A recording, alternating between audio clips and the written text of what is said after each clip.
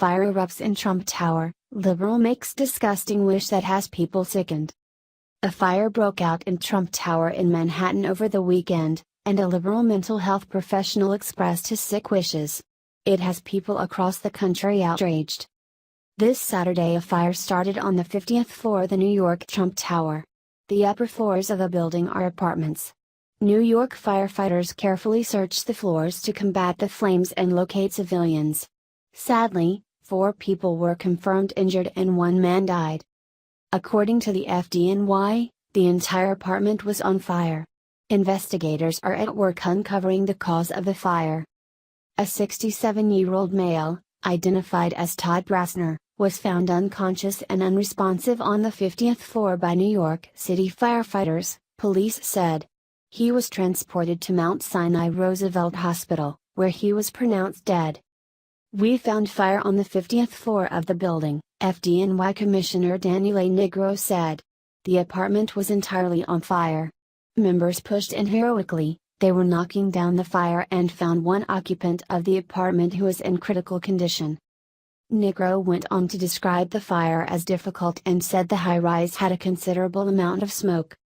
"We had many floors to search, and stairways, and right now the only civilian injury is to the occupant of that apartment. There are 4 firefighters with non-life-threatening injuries. F.D.N.Y. Commissioner Negro gives update on 4th alarm, 721 5th Avenue, Manhattan. Source: Fox News. As the news of this blaze reached the internet, plenty of people shared their opinion. Fires break out all the time, especially in New York, but because this is a building once owned by Donald Trump, the trolls and haters had to spew their bile.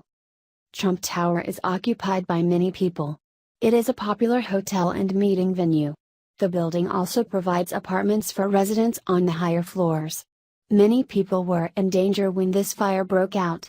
But what did liberals focus on? The Trump name. Those sick people who call themselves Democrats were delighted to see some bad news connected with the Trump name. Jeffrey Guterman, who is a mental health professional, said that he was excited that the building was on fire. Twice, this mental health professional expressed his glee that the building was burning. He was happy that one of Trump's properties was on fire.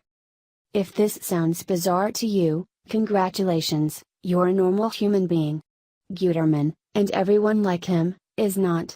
They have such hatred for Donald Trump, and his supporters, that they celebrated something which led to a person's death. Never mind the fact that Trump no longer owns that property, since becoming president, and won't be harmed in any way. Today, liberals are celebrating violence and death directed at conservatives. Let that sink in. In their warped minds, Trump Tower represents the president himself. If it's burning, that means he's going to suffer in some way. On top of that, only Trump supporters would step foot into a building with his name on it. If they are hurt because of a fire, so what? In fact, liberals are glad to hear about conservatives getting hurt. Remember when a gunman shot up a Republican baseball game practice? Representative Steve Scalise was severely injured. How did the Democrats react? Were there marches, protests, or movements to protect conservatives? Of course not. They actually were happy that Republicans were being targeted. The same thing happened when Senator Rand Paul was attacked in his home. To them, it's almost as if we deserve bad things happening to us because we have different politics than they do. People weren't quiet about what Guterman said.